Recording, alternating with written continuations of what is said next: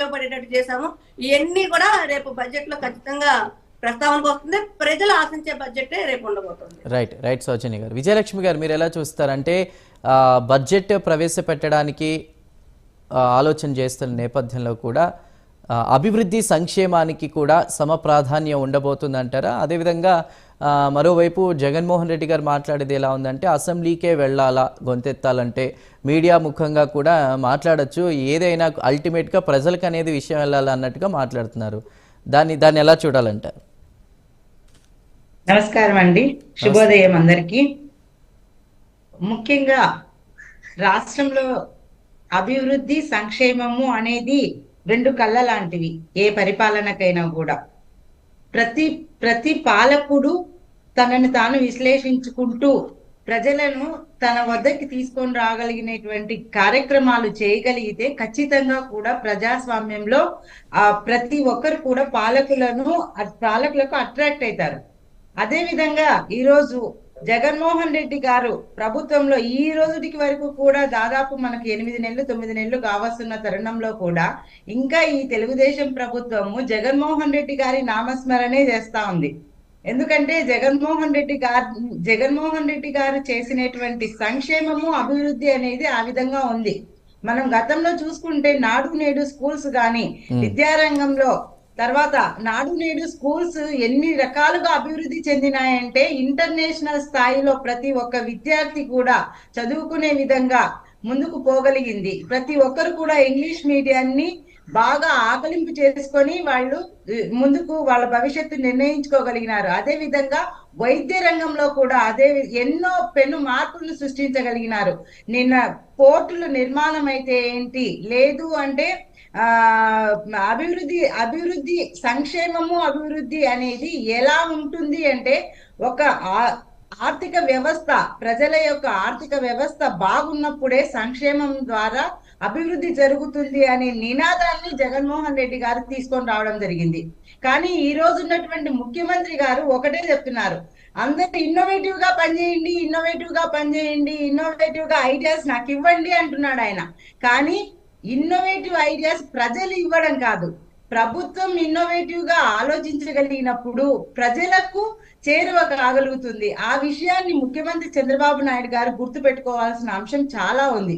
ఈ రోజు చూసుకుంటే విద్యార్థి ఏ విద్యారంగంలో అయినా కూడా పెను మార్పులు సృష్టించడానికి మాకు ఇంకా జగన్మోహన్ రెడ్డి గారు ఇది చేసినారు. జగన్మోహన్ రెడ్డి గారి కంటే ది బెస్ట్ చంద్రబాబు నాయుడు గారు ఇస్తారా అని ఎదురు చూస్తున్న సందర్భము. అది కాకోకుండా కార్పొరేట్ స్కూళ్ళని తీసుకొని వచ్చి మళ్ళీ కార్పొరేట్ రంగాన్ని పరిమితం చేసి ఈ పొద్దున మొత్తము ప్రైవేటీకరణ చేసి కాలేజీలన్నిటిని కూడా మెడికల్ కాలేజీలని ప్రైవేటీకరణ చేసి కార్పొరేట్ విద్యా సంస్థలకు మళ్ళీ ఇస్తా అంటే రాష్ట్రంలో చదువుకోవాల్సిన విద్యార్థులు, బీద విద్యార్థులు ఏ విధంగా వెనకబడిపోతా ఉన్నారని అర్థం చేసుకోవాల్సిన సందర్భం ఉంది. అదే విధంగా వైద్య రంగం చూసుకుంటే వైద్య రంగంలో 2014 నుండి 2019 వరకు వైద్య రంగంలో చాలా వరకు వెనకబడి ఉన్నాం. ఎందుకంటే అప్పుడు ఆరోగ్యశ్రీ నిర్వీర్యమైంది. ఆరోగ్యశ్రీ లేక ఎంతో మంది ప్రాణాల మీద ముప్పు తెచ్చుకొని ఎన్నో మరణాలు సంభవించినటువంటి సందర్భాన్ని మనం చూస్తాం. కానీ మళ్ళీ 2019 నుండి 2024 వరకు కూడా జగన్మోహన్ రెడ్డి గారు ఎన్నో రకాలైనటువంటి ఆరోగ్యశ్రీలో జబ్బులను ప్రవేశపెట్టి ఉచితంగా మెడిసిన్స్ ఇవ్వడం కానీ ఉచితంగా ఆరోగ్య సేవలు చేయడం కానీ జరగడంతో ఎంతో వరకు కూడా పేదలకు తర్వాత రాష్ట్రంలో ఉన్నటువంటి ప్రజలందరూ కూడా ఆరోగ్య పరిస్థితి మెరుగుపడినటువంటి సందర్భాన్ని కూడా చూసినాం. కానీ ఇప్పుడు మళ్ళీ నిర్వీర్యం అయిపోతుంది.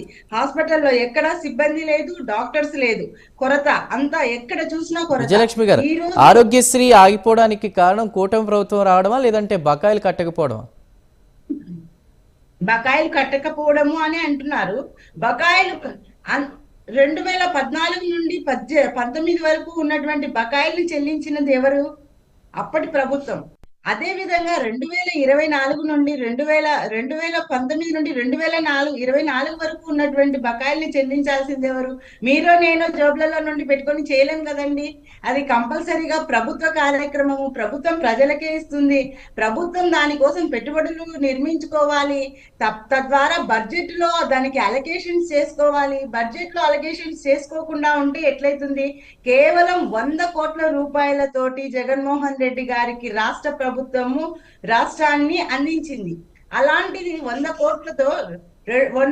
కోట్లతో అందించినటువంటి ప్రభుత్వాన్ని జగన్మోహన్ రెడ్డి గారు ఏ విధంగా చేయగలిగినారు? ఈ రోజు జగన్మోహన్ రెడ్డి గారి ప్రభుత్వం దిగిపోతూ 7,000 కోట్లు మీకు అందించినప్పుడు మీరు ఇంకా విజనరీ నాయకుడు, మీరు ఇంకా ఇన్నోవేటివ్ గా ఆలోచించేటువంటి వ్యక్తి, నేను సంపద సృష్టిస్తాననేటువంటి వ్యక్తి, అలాంటి వ్యక్తి మీరు ఇంకా ఏ రకంగా బడ్జెట్ ని ఆలోచన చేసుకోవాలి, రాష్ట్రాన్ని ఆర్థికంగా ఏ రకంగా ముందుకు తీసుకెళ్లాల్సిన సందర్భం ఉంది అనేది మీకు తెలియదా?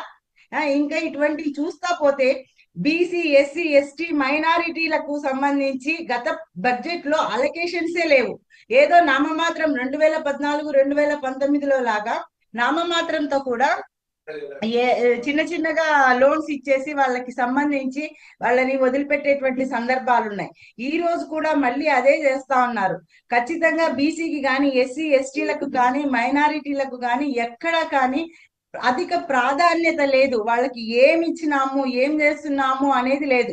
అభివృద్ధి లేదు, సంక్షేమము అంతకంటే కూడా లేదు. అలాంటిది ఈ గత ప్రభుత్వం ఇప్పటికీ కూడా గత ప్రభుత్వం అప్పుల వలన మేము తీర్చుకోలేకపోయినాము అని చెప్తున్నారు. కానీ గత ప్రభుత్వం అప్పులు ఏ విధంగా ఉన్నాయి అవి కూడా అబద్ధాలు ఆడే సందర్భం ఉంది. 14 లక్షల కోట్ల రూపాయలు అప్పులు చేసింది గత ప్రభుత్వము అంటది. కానీ బడ్జెట్ లో వాళ్ళు చేసింది చూపించింది ఎంత? 6,40,000 కోట్ల రూపాయలు. 6,40,000 కోట్ల రూపాయలు ఎక్కడ?